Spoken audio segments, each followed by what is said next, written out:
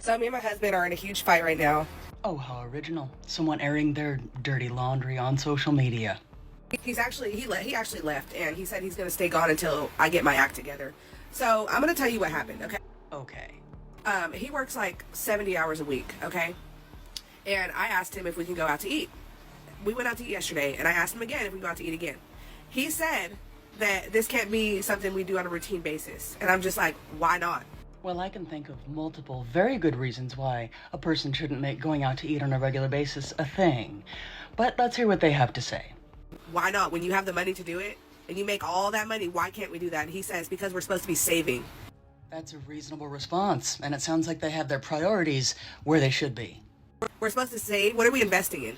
Why are we saving in the first place? Well, there is this thing called the future, and a lot of individuals believe in putting money aside in case they need it, or, heaven forbid, saving up so they can actually retire someday.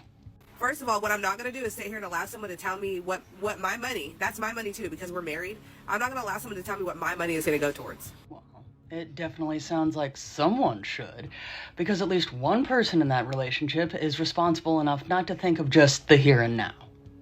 And if he's going to keep it up, then he don't have to come back.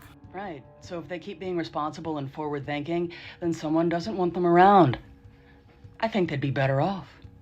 This man's biggest mistake was marrying this walking liability. Gentlemen, never ignore red flags or warning signs. I guarantee this isn't the first time she's acted like an overgrown, self-centered toddler. Women have left me 30,000 comments. These are their 3 favorite phrases. Number 1, male loneliness epidemic. Women think this is the funniest thing that they've ever heard. Or they like to go, men aren't lonely enough. And I just reply to these comments now with, you sound like an incel. Number 2 is lavender marriage. Ladies, my gay friends are wonderful, but I think you should get to know them a little better. I really don't think you'd be happy married to one of these dudes. Number 3 is anything about tables. Women love phrases about tables, like, what do you bring to the table? Or, I am the entire table. Something about tables. I think women just yearn for the kitchen. I'm literally having a mental breakdown, but I kind of just had this epiphany that maybe these women didn't meet, like, Mr. Right or the perfect man that just fell from the sky one day. Like, yeah, maybe the guy, like, treats them well, like, treats them like a human. But I don't think these women actually, like, met, like, the most perfect man ever. I think a lot of women just accept and tolerate because it's tolerable. Like, every day we get on this app and we lose brain cells. Oh, you're crying and having a mental breakdown because you realize that people marry imperfect people? And if you marry somebody, you have to marry someone who's imperfect and not everything you ever wanted? Let me ask you a question, Bethany. Do you think you're everything he ever wanted? Do you think you can't have a smaller waist and a fatter? You think he likes that little pudge at the bottom of your stomach? Do you think he likes the annoying part of your personality? Do you think he likes to talk as much as you like to talk, or he just listens because he has to deal with an imperfect woman? And how do you think you would feel if you saw a man online crying about marrying an imperfect woman? Oh my God, you're so dumb. The funny thing is, even if this woman found her perfect man, he still wouldn't be able to satisfy her. Not only that, but isn't it interesting how she demands a man be perfect, yet is far from perfection herself? Okay, guys, are you done eating? Yeah, can we get 2 checks? Hey, 2 checks? My friend is here. Like, was you not gonna pay for me? Who said I'm paying for you? Well, you are a man, right? Well, since you're a woman, go make me a sandwich. Put some mayonnaise on it. Excuse me? You can't tell me what I have to do just because of my gender. Interesting. Listen, if you're broke, just say that. If you want to get punched in your jaw, just say that. Excuse me? Hey! Whoa, sir. What is the problem here? There's a problem? How you gonna solve it? Whoa. Listen, calm down, babe, please. We was having a good day. Listen, boo, you better calm your man down. Okay, sir, you gotta calm down. Yes, I'm happily married.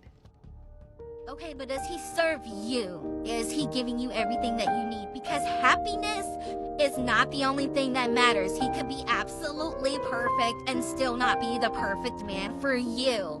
I just don't see how y'all are out here being happy and posting and stuff like you friends with your husband. Like, it's giving pick me. Like, you don't have a brain. Single women keep women single, and misery loves company. Those phrases exist for a reason. Anytime a woman says anything that isn't negative about men, she gets shamed and ridiculed by a mob of other women who are by sheer coincidence single or divorced.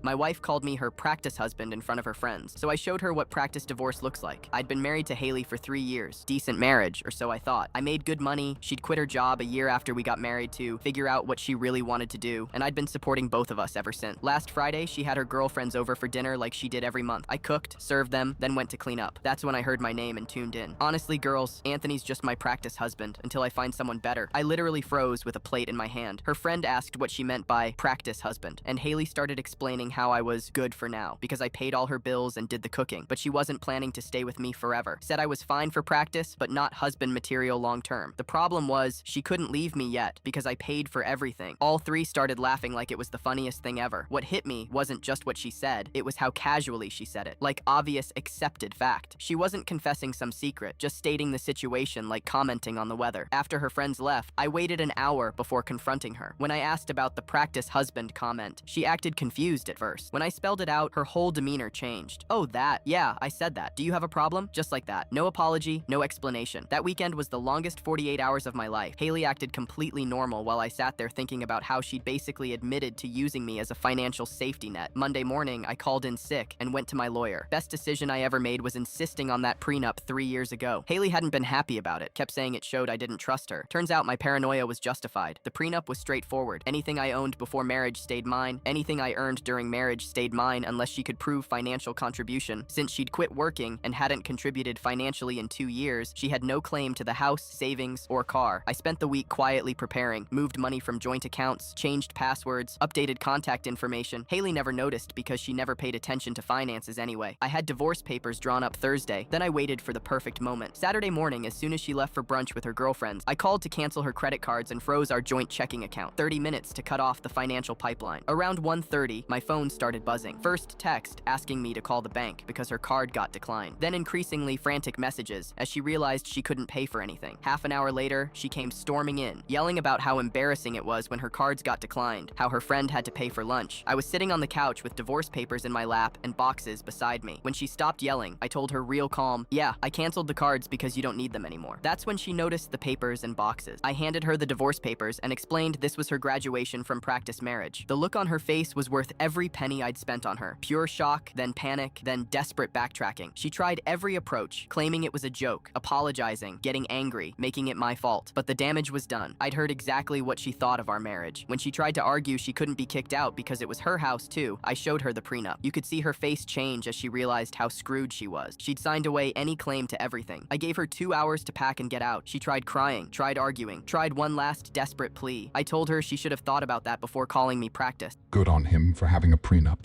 But you want to know what's even better. Not marrying a woman you are paranoid is using you for money.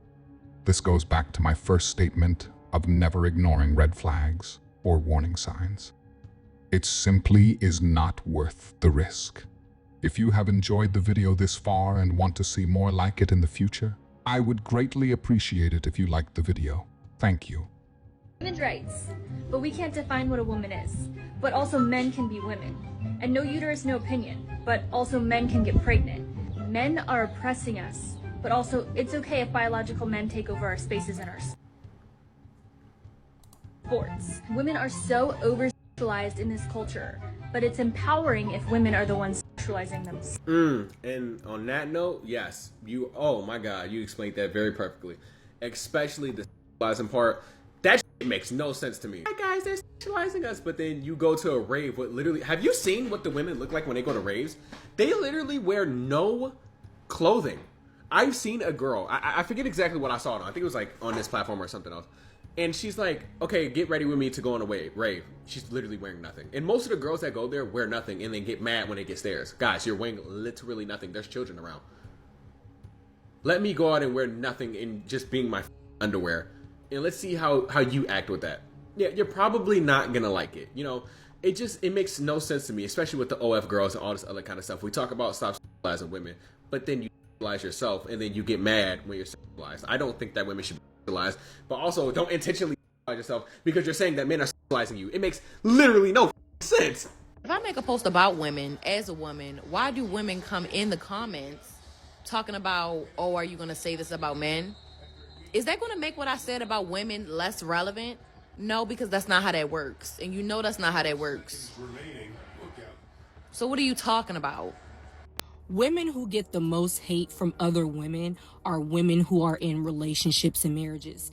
I am convinced that women hate men so much to where they will completely demean and pick apart a woman that absolutely loves her. You will be called pick-me's, you will be called stupid, you will be called everything in the world just because a single woman hates men so bad. Let's not even talk about the vile things that they will say about your spouse, right? And please keep in mind, all this is just coming from their own hatred and just simply because they hate men. They hate men so much. They will literally bully you out of your relationship.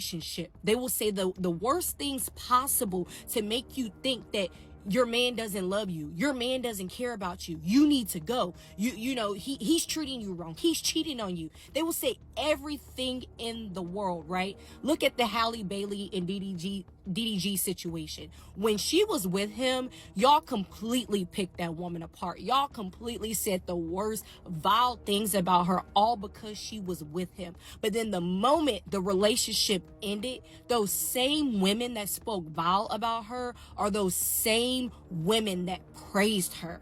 Y'all praised her after she left. And y'all do that to a lot of women. I can name a lot of women that on this internet that I have seen that get bullied because they are with a man. Y'all are disgusting. And it's always the same single bitter women.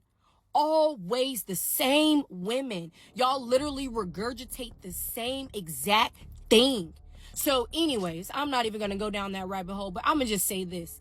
Any woman that's in a relationship and absolutely loves her man, loves her husband, whatever the case may be, don't let these bitter women, whether it's in real life or on the internet, bully you from leaving your man. That is your man. That is your relationship. You choose and you do whatever you see fit. Because those same women that's bitter and talking crap about you, 4 or 5 time baby mamas, they got so much stuff to say.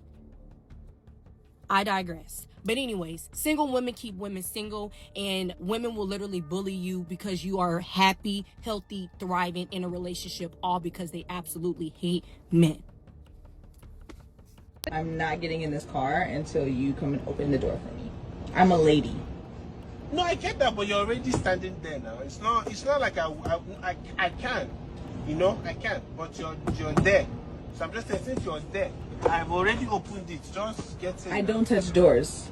So, come, open the door for me. I drove 30 minutes to get here, and I'm here. I turned on the heater, everything. Even the date we're going on is me that we pay. You see, I will pay and I'll bring you back. So the least you can do is come and sit down. I'm offering you free seats. No. I'm not getting in the car. What kind of...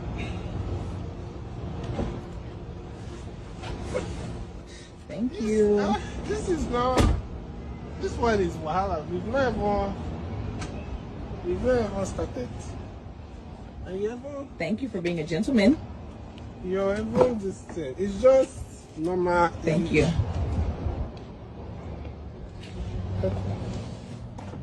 Why are you like I'm this, ready now. You know what? Don't worry. Come out. Are you serious? No, just come out because I don't think this. No, come. Just come out first. Are you serious right now? No, come. I want to show you something. Okay. I want to show you something. I'm very confused. How I drove to this place. I came to pick you up. You could have met me there. I will also pay for the date. This place we are going, minimum $200 that I will spend. And I have to beg you to get in the car. It's not like I can't open. All I was asking is that you just open the door. It's not that I can't open door. It's just that you already standing. I opened the door twice. Don't worry. You know, sometimes. Where are you going? Sometimes you just be avoiding problem. Where are you going? I'm getting in my car. I'm opening my door by myself. Are you serious? I just wanted to be a gentleman. No, don't worry. He's like, enjoy your night. Is he freaking serious right now? Move so that I don't climb on your leg or something. Where are you going? We were supposed to be going on a date. Where are you going? No, I'm going home. It's not Didn't you drive out here for me? I thought I did, but clearly, let me just respect myself and go home. You know? Wow. Wow. If you enjoyed this video, I promise you will love this next video. I will see you there.